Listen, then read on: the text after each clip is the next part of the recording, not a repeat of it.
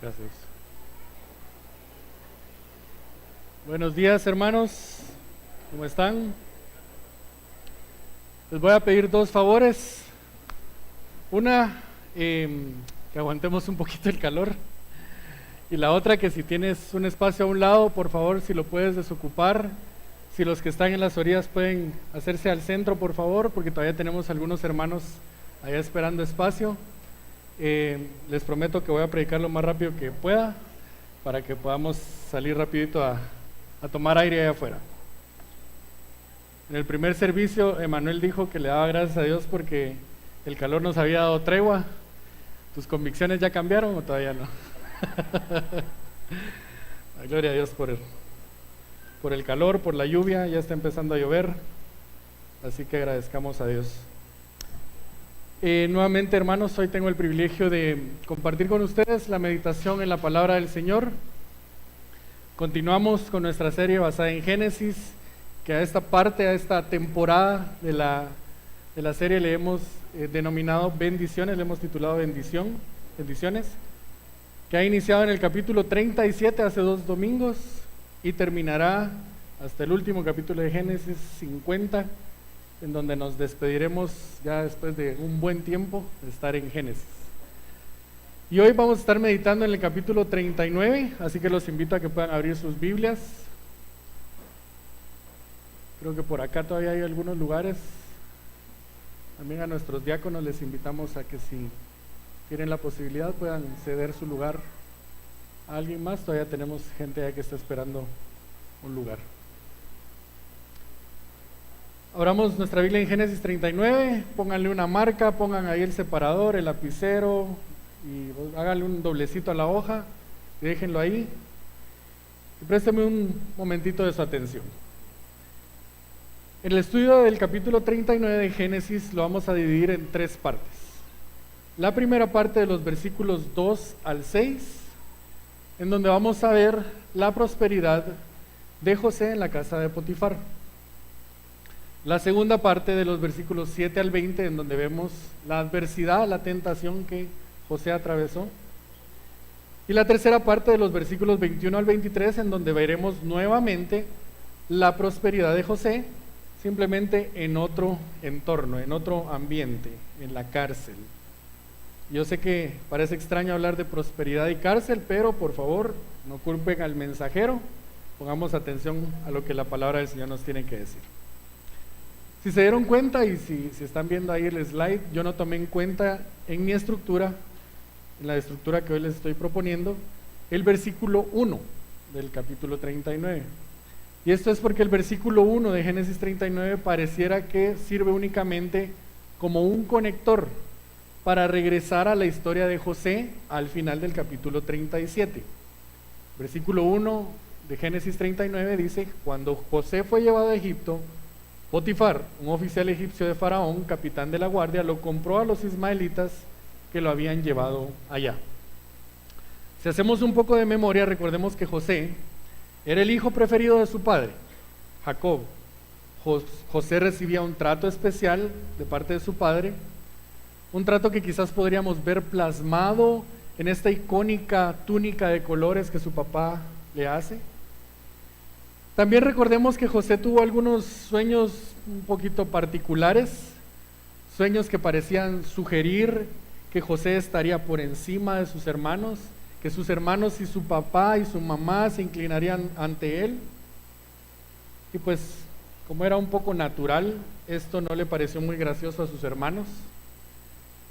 Y la combinación entre esta preferencia de su padre, de Jacob, hacia José, y estos sueños tan peculiares, le había ganado a José el enojo y desprecio de sus hermanos, al extremo de que sus hermanos habían hecho planes para matar a José. Estos planes no se llevan a cabo gracias a la intervención de su hermano Rubén, que convenció a sus hermanos de no matarlo. Les dijo: no lo matemos, solo tirémoslo en un pozo. Y ahí en ese pozo José fue vendido como esclavo a unos mercaderes ismaelitas, y estos a su vez vendieron a José a Potifar. Terminamos capítulo 37, versículo 36 con esta idea. Después de eso, pareciera que nos fuimos a un universo paralelo en el capítulo 38. Como dijo Justin, pareciera que el autor se distrajo un poco en el hilo de la historia y nos presenta una historia ahí muy peculiar. Si no la han escuchado, escuchen la prédica del domingo pasado, por favor, es muy interesante. Y entonces, el primer versículo del capítulo 39 de Génesis nos sirve como ese traslape para amarrar y continuar con la historia que habíamos dejado en el capítulo 37. Génesis 39:1 básicamente repite la misma idea que Génesis 37:36. José había sido despreciado por sus hermanos y vendido como esclavo. Así que entremos ahora sí a la primera parte de nuestra historia, la prosperidad de José en la casa de Potifar. Antes de entrar de lleno, yo estoy seguro que muchos de ustedes ya saben cómo termina la historia de José, ¿verdad? Levanten la mano, ¿quién sabe cómo termina la historia de José? ¿Quién ha escuchado la historia de José? La mayoría. José llega a ser alguien muy importante en Egipto. José resiste la tentación de la esposa de Potifar, eso lo sabemos. Pero aunque tú y yo, hermanos, sabemos cómo continúa esta historia, yo te voy a pedir que en este momento nos pongamos en los pies de José. José no sabía lo que iba a pasar. José no estaba de manos cruzadas así como pensando, no, hombre, si que me metan a la cárcel, que me vendan como esclavo, no importa, si de todos modos va a tener éxito. Tratemos de dejar un poquito lo que nosotros conocemos de la historia y quedémonos con José viviendo esta historia. José en este momento está quizás el momento más incierto de su vida. José se encontraba solo, indefenso, inseguro. José había pasado de ser el hijo favorito, privilegiado de su padre, a ser vendido como un esclavo, indefenso, lejos de su familia, lejos de su tierra, sin ninguna seguridad de su futuro. En medio de esta incertidumbre que José está experimentando, el narrador de Génesis introduce una idea que nos servirá de marco de referencia para navegar la historia de José. No solo esta parte que vamos a ver hoy, sino toda la historia de José. La primera parte del versículo 2 dice, ahí va a aparecer en la pantalla y ustedes me dicen qué dice. La primera parte es, versículo 2, primera parte, ¿qué es lo que dice? El Señor estaba con José. Es interesante notar que estas palabras son introducidas por el narrador, no son palabras que salieron de la boca de José, y son puestas por el narrador de una forma tan intencional que la misma idea, la misma frase se repite 4 veces en nuestro pasaje, 2 veces al inicio y 2 veces al final. Y recordemos, cuando vemos este tipo de repeticiones en la Biblia, hay que ponerle atención, ¿verdad? Entonces, versículo 2, primera parte, el Señor estaba con José. Versículo 3, repite la idea, el Señor estaba con él, hablando de José. Eso es al inicio. Y al final de la historia, versículo 21, el Señor estaba con José. Versículo 23, el Señor estaba con él, hablando de José. Esta repetición, hermanos, no es una simple casualidad. De hecho, el nombre del Señor se repite otras 4 veces más en el capítulo. Y en todas ellas, el nombre del Señor está relacionado con la bendición y prosperidad que experimentó José. Y no solo él, sino todo aquello que estaba bajo su administración. Todo lo que José hacía, el Señor lo hacía prosperar. Este es el marco, hermanos, el marco de referencia que nos ayudará a entender la vida de José. Sigamos leyendo. Ahora sí, versículo 2 al 6. Pero el Señor estaba con José, que llegó a ser un hombre próspero y vivía en la casa de su amo el egipcio. Vio su amo que el Señor estaba con él y que el Señor hacía prosperar en su mano todo lo que él hacía. Así José halló gracia ante sus ojos y llegó a ser su siervo personal. Y él lo hizo mayordomo sobre su casa y entregó en su mano todo lo que poseía. Y sucedió que desde el tiempo que lo hizo mayordomo sobre su casa y sobre todo lo que poseía, el Señor bendijo la casa del egipcio por causa de José. La bendición del Señor estaba sobre todo lo que poseía en la casa y en el campo. Así que todo lo que poseía lo dejó en manos de José, y con él ahí no se preocupaba de nada, excepto del pan que comía. Y era José de gallarda figura y de hermoso parecer. José llegó a ser alguien sumamente importante en la casa de Potifar y finalmente en todo Egipto. Su ascenso fue bastante rápido, 2 versículos y él ya estaba en la cima.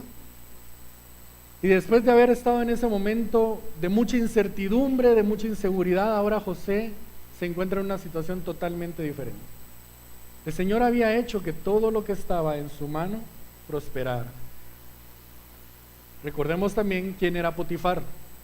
Potifar era el capitán de la guardia. Este puesto lo podríamos comparar quizás con un jefe de la policía, con el jefe del Estado Mayor. Pero algunos otros comparan este puesto con alguien como el jefe del servicio secreto de la oficina del presidente de Estados Unidos. En cualquier caso, ya sea jefe de la policía de Guatemala, jefe del servicio secreto de Estados Unidos, podríamos pensar que Potifar era una persona con un perfil militar, con un agudo sentido de intuición, con un agudo sentido de observación, alguien que no era fácil de engañar o persuadir. Pero aún él no podía negar lo que veía que el Señor hacía a través de José. Así que pone en las manos de José todo lo que él poseía, no solo en su casa, sino también en el campo.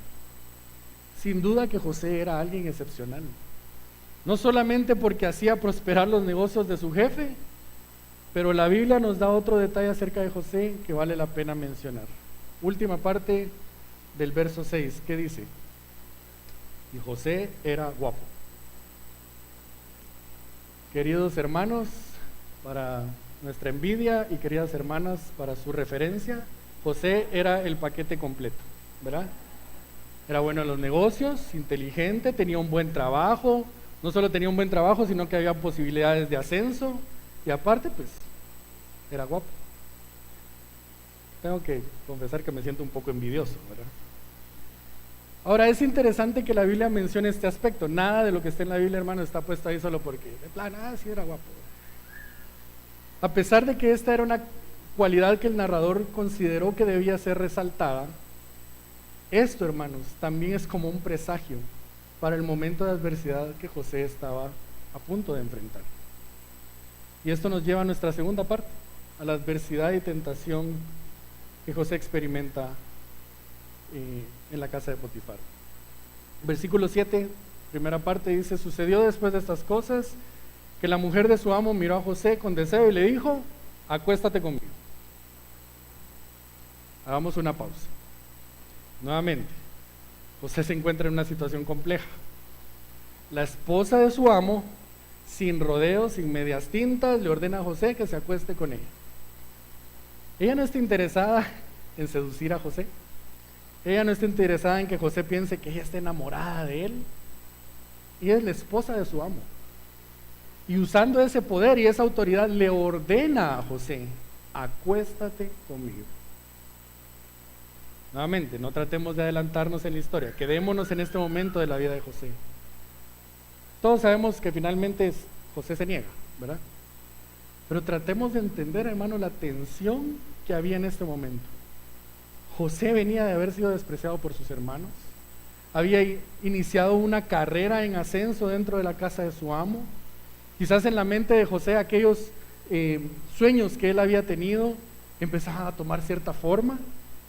Él era ahora alguien con cierto poder, con cierta autoridad, pero él sabía que la respuesta que estaba a punto de darle a la esposa de Potifar afectaría directamente su situación. Aún así, José decide tomar el camino correcto. Versículo 8. Pero él rehusó y dijo a la mujer de su amo: estando yo aquí, mi amo no se preocupa de nada en la casa, y ha puesto en mi mano todo lo que posee. No hay nadie más grande que yo en esta casa, y nada me ha rehusado excepto a usted, pues es su mujer. ¿Cómo entonces podría yo hacer esta gran maldad y pecar contra Dios? Pongamos atención a que este es el único discurso de José en todo este capítulo.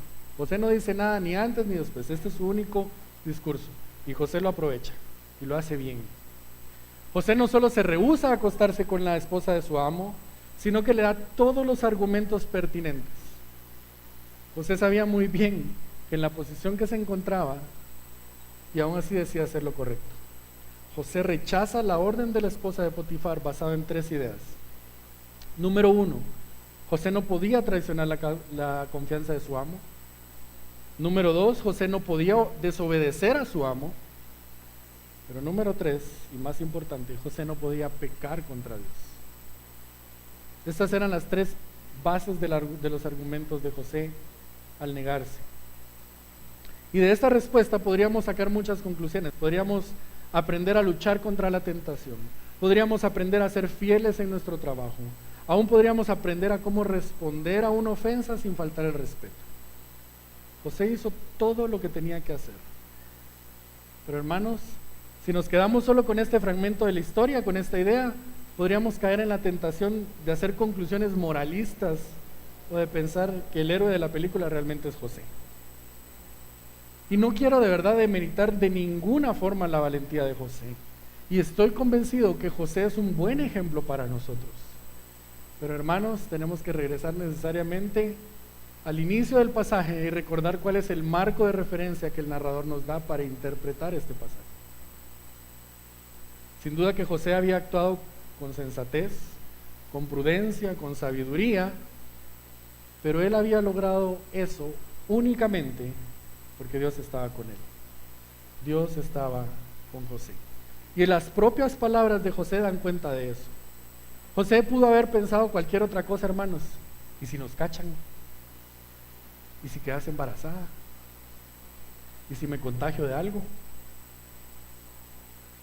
El temor de José, hermanos, no era ni siquiera perder el poder y la autoridad que él había ganado. El temor de José y la razón por la cual rechaza esta orden es primeramente su temor a Dios.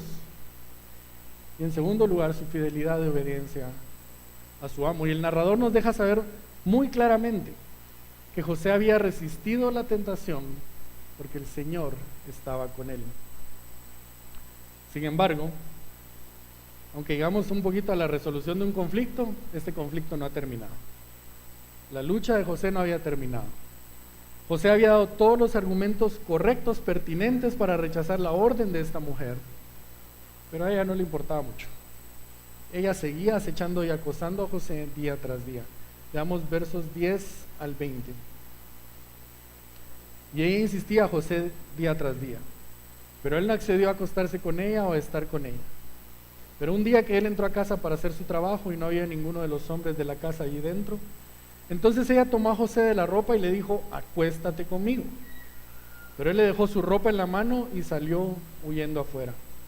Cuando ella vio que él había dejado su ropa en sus manos y había huido afuera, llamó a los hombres de su casa y les dijo: miren, Potifar nos ha traído un hebreo para que se burle de nosotros. Vino a mí para acostarse conmigo, pero yo grité a gran voz. Cuando él oyó que yo alzaba la voz y gritaba, dejó su ropa junto a mí y salió huyendo afuera. Ella dejó junto a sí la ropa de José hasta que su señor vino a casa. Entonces ella le habló con esas palabras: vino a mí el esclavo hebreo perdón, que nos trajiste para burlarse de mí. Y cuando levanté la voz y grité, él dejó su ropa junto a mí y huyó afuera. Cuando su señor escuchó las palabras de su mujer, le dijo: esto es lo que tu esclavo me hizo. Se encendió su ira y entonces el amo de José lo tomó y lo echó en la cárcel, en el lugar donde se encerraban los presos del rey. Ahí permaneció en la cárcel. Al parecer la esposa de Potifar era un poco insistente, obstinada. Ella no iba a dejar que José la rechazara. Y hasta este momento ella había logrado mantener en secreto este acoso que ella hacía a José. Algunos comentaristas suponen que quizás este no era el primer rodeo de la señora. Esta no era la primera vez que ella engañaba a Potifar. Ella tenía experiencia en manejar estas situaciones, y cuando José huye y deja la ropa a la par de ella ve la oportunidad perfecta para destruir la vida de José. Pareciera, hermanos, que finalmente la intención de esta mujer no era solo acostarse con José, sino desacreditarlo y destruirlo frente a los ojos de Potifar.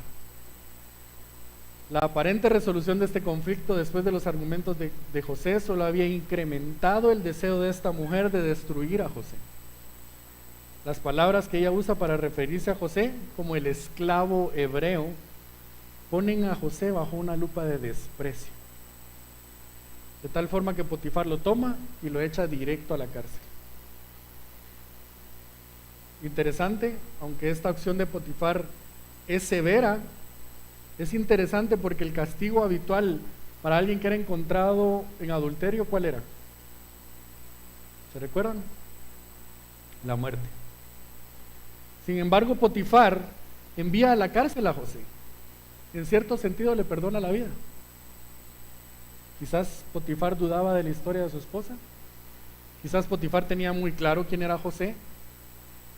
Quizás no era la primera vez que Potifar se encontraba en estos líos con su esposa. Lo cierto es que José no tuvo oportunidad de defenderse, ni de dar su versión de la historia.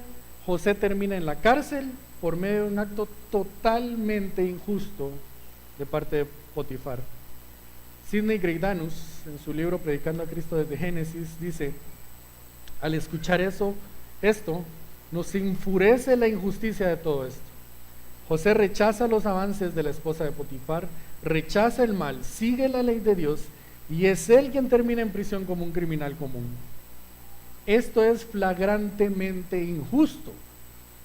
Y escuchen esta pregunta: ¿dónde está Dios cuando su leal servidor sufre tal injusticia? Esta es una de muchas historias que quizás tú y yo hemos escuchado, o que quizás tú y yo hemos vivido. Personas que deciden hacer las cosas correctas, obedecer a Dios, honrar a sus autoridades, y aún así terminan siendo tratados como delincuentes, como mentirosos, siendo objeto de burla para otras personas. Y tú y yo nos preguntamos: ¿en dónde está Dios en esos momentos? Y esta pregunta nos sirve de puente para la última parte de nuestro sermón: la prosperidad de José en la cárcel. José había prosperado en la casa de Potifar, en un lugar donde quizás había muchas posibilidades de crecimiento, en donde su influencia y poder podrían crecer. Todas las pertenencias y propiedades de Potifar estaban en su mano. Dios estaba con él, pero ahora se encontraba en la cárcel, acusado injustamente, olvidado, otra vez solo, otra vez inseguro de su futuro. ¿Será que Potifar lo había mandado a la cárcel solo para después matarlo? ¿Qué iba a pasar con su vida? Y entonces volvemos a la pregunta, hermanos: ¿en dónde estaba Dios cuando su siervo estaba en adversidad? Y la respuesta nuevamente nos la da el escritor. En la primera parte del versículo 21, ¿qué es lo que dice?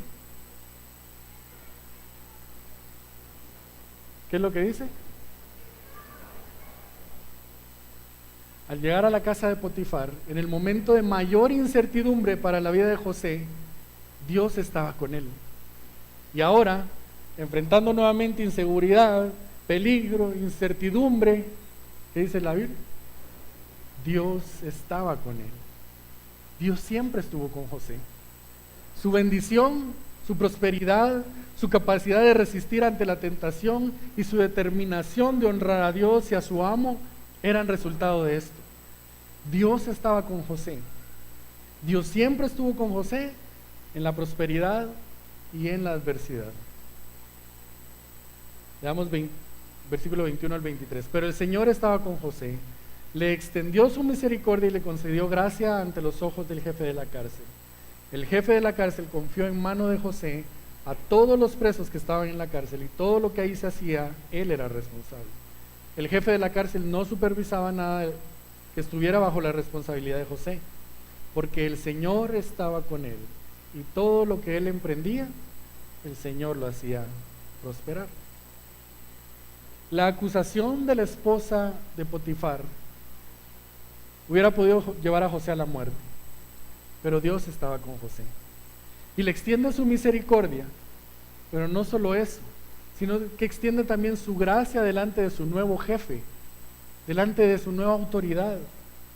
Y nuevamente vemos un ascenso rápido en la vida de José. Dios le extiende su gracia y las puertas y oportunidades se abren delante de José. ¿Cuál es la diferencia? Ahora estaba en un lugar distinto. Ahora no estaba en la casa de alguien importante, no estaba en un lugar donde existían muchas oportunidades de crecimiento.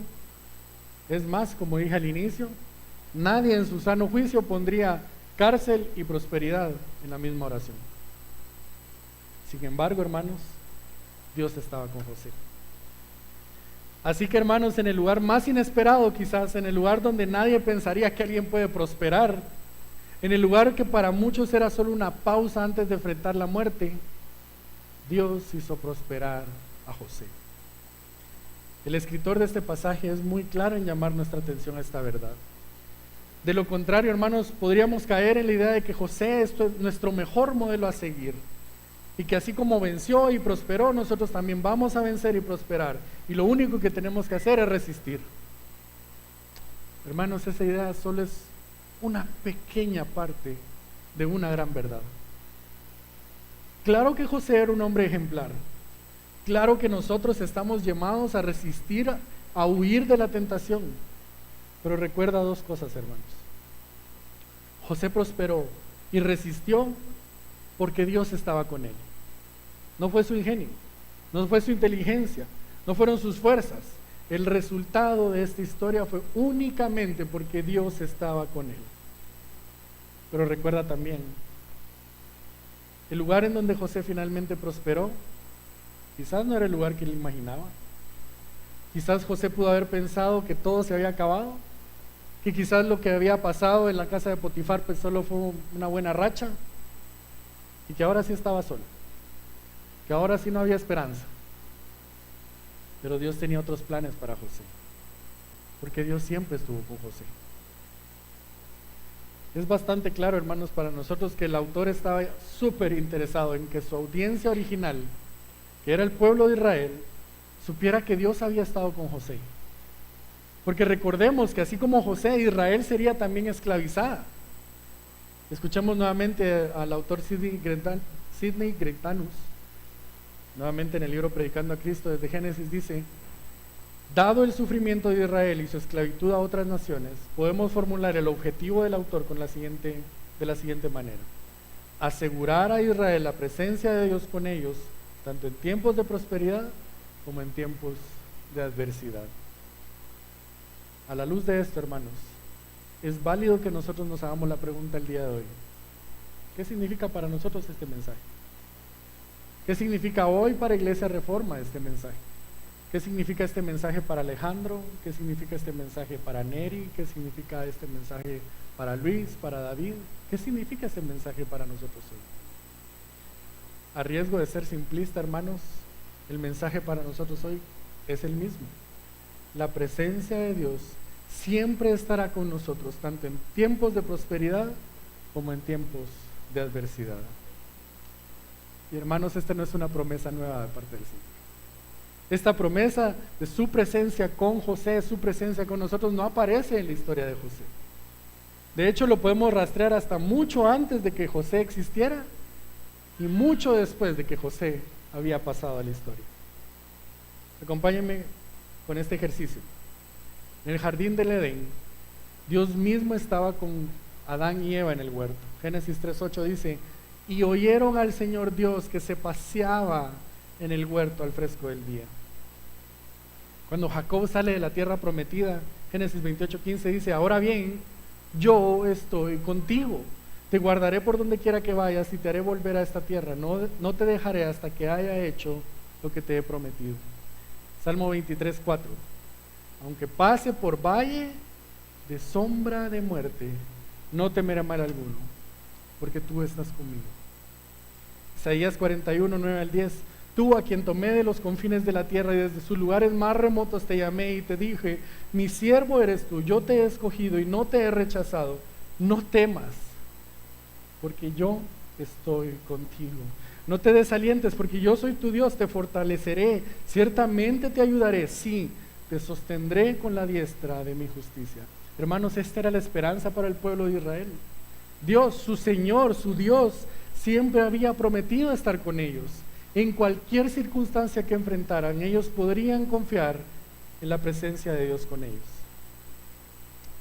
Esta misma esperanza se hizo aún más tangible, no solo para el pueblo de Israel, sino también para nosotros por medio de la encarnación de Cristo. Mateo 1:23 dice: he aquí, la Virgen concebirá y dará a luz un hijo y le pondrán por nombre Emmanuel, que traducido significa Dios con nosotros.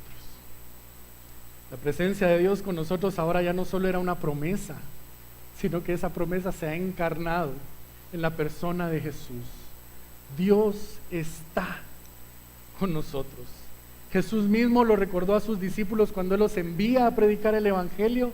En Mateo 28:20 dice, y recuerden que yo estoy con ustedes todos los días hasta el fin del mundo. Y hoy, hermanos, podemos tener la esperanza viva de que no solo su presencia nos acompaña cada día en cualquier situación, sino que Él mismo, el Dios eterno, creador y sustentador de todo, un día estará en medio de nosotros. Apocalipsis 21:3 y 4 dice, entonces oí una gran voz que decía desde el trono, el tabernáculo de Dios está entre los hombres, y Él habitará entre ellos, y ellos serán su pueblo, y Dios mismo estará entre ellos. Él enjugará toda lágrima de sus ojos, y ya no habrá muerte, ni habrá más duelo, ni clamor, ni dolor, porque las primeras cosas han pasado. José, hermanos, experimentó un éxito sin precedentes. Su ascenso en la casa de Potifar, su ascenso en la cárcel, aún su ascenso después en todo Egipto. Pero este éxito y prosperidad solo se debían, hermanos, a que Dios estaba con él. Querido hermano, ¿estás tú experimentando quizás tiempos de prosperidad? ¿Estás experimentando tú tiempos de éxito, hermano? Gloria a Dios. Ni el éxito ni la prosperidad son malos. Los cristianos a veces tendemos a pensar que la pobreza está más cerca de Dios y que el éxito es mundano, pero no es así. Pero la pregunta realmente para ti, hermanos, es: ¿puedes tú reconocer la presencia de Dios en tu vida? ¿Puedes tú reconocer que el éxito y prosperidad que estás experimentando se debe a que Dios está contigo? ¿Puedes tú reconocer que esa oportunidad que se te está abriendo es la gracia de Dios obrando a tu favor? ¿Puedes reconocer, querido hermano, que estás en ese lugar solo por la misericordia de Dios, que no nos ha pagado de acuerdo a nuestras iniquidades? Pero quizás hoy no estás experimentando éxito y prosperidad. Quizás para ti este tiempo es más como ese pozo donde metieron a José, o te sientes tan inseguro y sin esperanza como cuando José fue vendido como esclavo. Quizás este no es el mejor momento de tu vida. Quizás la tentación está llamando a tu puerta y tú te sientes débil, inseguro. Querido hermano, el mensaje para ti es el mismo. Dios está contigo. Puedes resistir la tentación. Puedes tener esperanza de un futuro mejor. Puedes levantar tu mirada, querido hermano, y ver más allá de los montes, porque tu socorro no viene de los montes. Tu socorro viene del Señor, que hizo los cielos y la tierra y que ha prometido estar contigo siempre. Quisiera invitarlos a ponerse de pie. Voy a invitar a los músicos que puedan pasar y que juntos leamos el Salmo 23. Quizás el pasaje bíblico más repetido, más aprendido, más memorizado para los cristianos. Pero hoy, hermanos, quisiera que a la luz de lo que tú estás viviendo hoy y a la luz de lo que hemos visto en la vida de José, puedas meditar en este pasaje. ¿Estás pasando por verdes pastos? ¿Estás pasando por aguas de reposo? ¿O estás pasando por el valle de sombra de muerte? Leamos el Salmo 23, hermanos. Leámoslo juntos, por favor, todos. El Señor es mi pastor, nada me faltará. En lugares de verdes pastos me hace descansar, junto a aguas de reposo me conduce.